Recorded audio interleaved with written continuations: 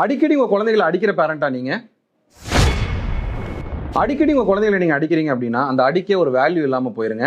உங்க குழந்தைங்க இந்த அடிக்கடி வாங்கி பழகிட்டாங்கன்னா அவங்க ஒரு மிகப்பெரிய மனத்தாக்கத்துக்கு ஆளாகிறாங்கிறது தான் உண்மைங்க.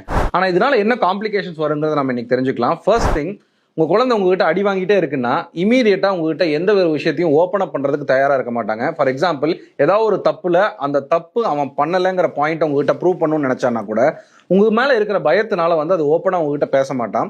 செகண்ட் திங், அடி நார்மல் பிஹேவியர் அந்த குழந்தைக்கு புரிஞ்சிருச்சு அப்படின்னா நாம ஏதாவது தப்பு பண்ணாலும் நம்ம அப்பா அம்மா அடிச்ச மாதிரி நம்ம வேற யாராவது தப்பு பண்ணா போய் அவங்கள அடிக்கலாம்னு சொல்லி கிளம்பிடுவாங்க. தேர்ட் திங், உங்க குழந்தைங்க அடியில பழக்கப்பட்டுட்டாங்கன்னா எங்க அப்பா அம்மாவோட அதிகபட்ச ஒரு கோபமே அடிதான். அப்போ நான் எந்த தப்பு வேணா பண்ணிட்டு கடைசியில் அந்த அடியை வாங்கிக்கலாம்னு சொல்லி இதை நார்மலைஸ் பண்றதுக்கும் தப்புகளை அதிகமா பண்றதுக்கும் வாய்ப்புகள் ஜாஸ்திங்க. அடிக்கிறது தான் எல்லா பிரச்சனைக்கும் தீர்வுங்கிறது கிடையாதுங்க. அதுவும் எஸ்பெஷலி இந்த காலத்துல இருக்கிற குழந்தைகளை அடிக்கிறதுனால மட்டும் நம்மளால கண்டிப்பா கரெக்ட் பண்ணிட முடியாது.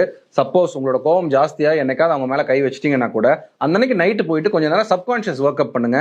அவங்கள சொல்லி புரிய வைக்க ட்ரை பண்ணுங்க. தங்கம், நீ பண்ண தப்புனாலதான் அப்பா அம்மா உன்னை அடிச்சோம், இனிமேல் நீ அந்த தப்பை குறைச்சிக்கோ, நாங்களும் எங்க அடிக்கிறத குறைச்சிக்கிறோங்கிறத அவங்க கூட ஓப்பனா பேசுனீங்கன்னாவே இதுக்கான ஒரு தீர்மானம் உங்க வீட்டுல நடந்துருங்க.